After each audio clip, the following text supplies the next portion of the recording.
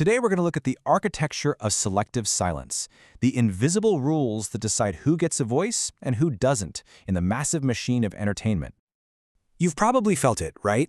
There's this pattern that runs through almost everything we watch, but it feels like you're not supposed to actually talk about it. It's this huge mechanism of narrative control, and it's happening right out in the open. And it's not hidden because it's some kind of grand conspiracy or a deep, dark secret. No, it's hidden because it's become completely normal. It all boils down to a really simple set of rules: who gets protected, who gets made fun of, and how certain people are basically made untouchable. Okay, so let's start somewhere familiar, a big, glitzy award show. You've got the cameras, the celebrities, the jokes are flying, and everyone's laughing. But if you pay really close attention to that laughter, you'll notice it's very selective. And who they choose to laugh at, that tells you everything you need to know about the invisible rulebook. And this is the key right here. On one side, you've got people who are fair game. Anyone who questions the consensus or dares to step outside the box they've been put in. But on the other side, you have the untouchables. These are the people who reinforce the narrative, the ones who are just too important to the system. The very first step to seeing this whole architecture is just noticing who's in which column. This thing with the jokes, it isn't just about humor. It actually points to a much bigger system. See, none of this is random. It all points to a powerful, one-way current that controls how stories are told across the entire industry. And this is the absolute core of it. The mockery, the criticism, and maybe most importantly, the protection, it all flows in one very predictable direction. Just imagine a river current that's engineered to push certain stories forward while pulling others right down to the bottom where no one can see them. So here's the thing you have to get. When you see a pattern this consistent across an entire industry, that's not an accident. That's a feature, not a bug. It's the system working exactly the way it was designed to. So what happens when somebody actually tries to swim against that current? Well, that brings us to the system's main enforcement tool, the rules of ridicule. Every system like this has a kind of pressure valve. When someone challenges the official story, the response is almost never a real debate about their ideas. Instead, that valve opens up and releases pressure through ridicule, isolation, and just straight-up dismissal. See, it's not about being right or wrong. It's about neutralizing the challenge and making sure the illusion of consensus isn't broken. And this is where you start noticing all the weird inconsistencies. It makes you ask questions you've probably already thought of, like, why is it that a huge controversy can be a career ender for one person, but for someone else, it just doesn't matter?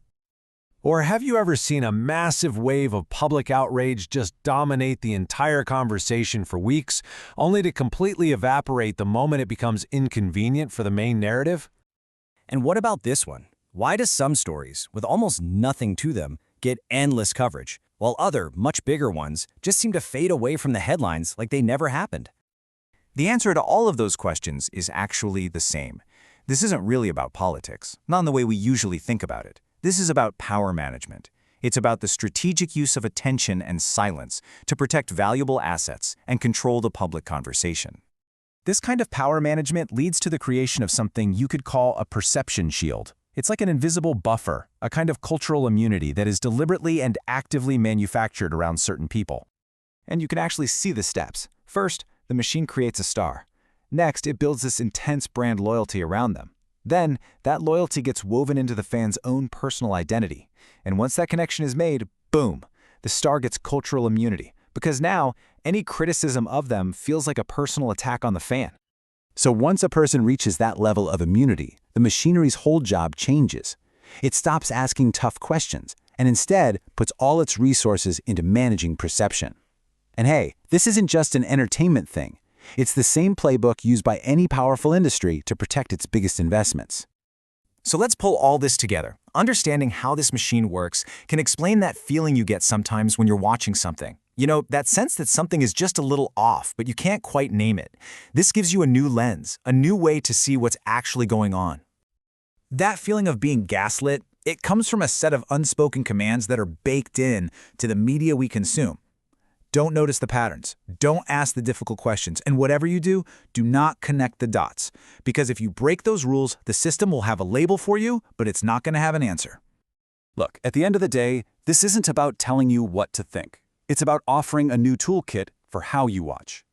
So next time you're scrolling or watching a show, just keep this little checklist in mind. Who gets to speak? Who's always protected? Who gets silenced? And who just gets laughed off the stage? Once you start looking for this architecture, you're going to see it everywhere. What this all really comes down to is a simple truth about how power works. Real power doesn't need to shout from a megaphone. It just signals. And in a world that's built on spectacle, those signals are absolutely everywhere. You just have to be willing to look past the bright lights and the applause to see the machinery working in the shadows.